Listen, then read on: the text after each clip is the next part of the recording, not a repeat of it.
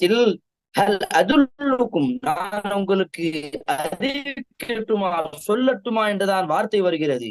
ஆனால் சூரத்து தௌபா 9வது அத்தியாயத்தில் நீங்கள் படிக்கும் பொழுது அல்லாஹ் அந்த இடத்தில் என்ன சொல்லுகிறான் என்று தெரியுமா?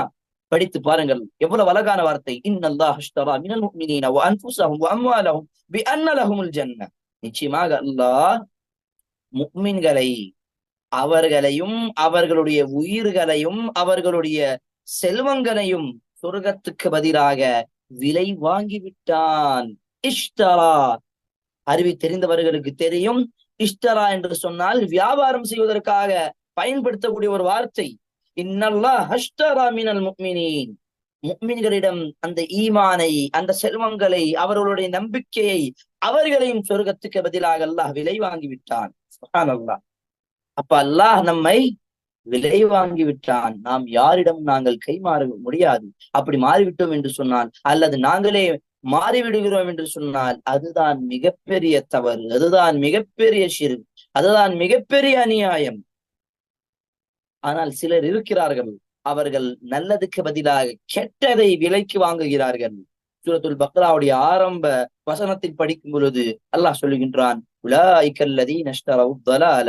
இந்த முனாஃபிகீன்களை பற்றி அல்லாஹ் சொல்லுகின்றான், அவர்கள் அந்த முஃமின்களை, அந்த முஸ்லிம்களை, அந்த ரசூலுல்லாஹ்வை அவர்கள் கேடுகின்ற செய்கிறார்கள். இந்த மார்க்கத்தை அவர்கள் அவனம் இந்த இந்த இந்த மார்க்கத்தை அவர்கள் அவமானமாக பேசுகிறார்கள். இந்த மார்க்கத்தை பற்றி தவறுதலாக பேசுகிறார்கள். அவர்கள் யார் என்று தெரியுமா? உலாயிகல்லதீன இஷ்தரவு ضலாலத பில் ஹுதா.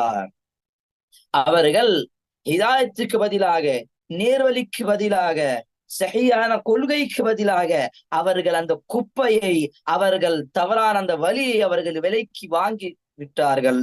ஃபமா ரபிஹத் திஜாரத்துஹும், அவர்களுக்கு அந்த வியாபாரம் பயனளிக்காது. அல்லாஹ் அந்த இடத்தில் சொல்லக்கூடிய வார்த்தை என்ன? ஃபமா ரபிஹத் திஜாரத்துஹும், அவர்களுடைய வியாபாரம் அவர்களுக்கு பயனளிக்காது.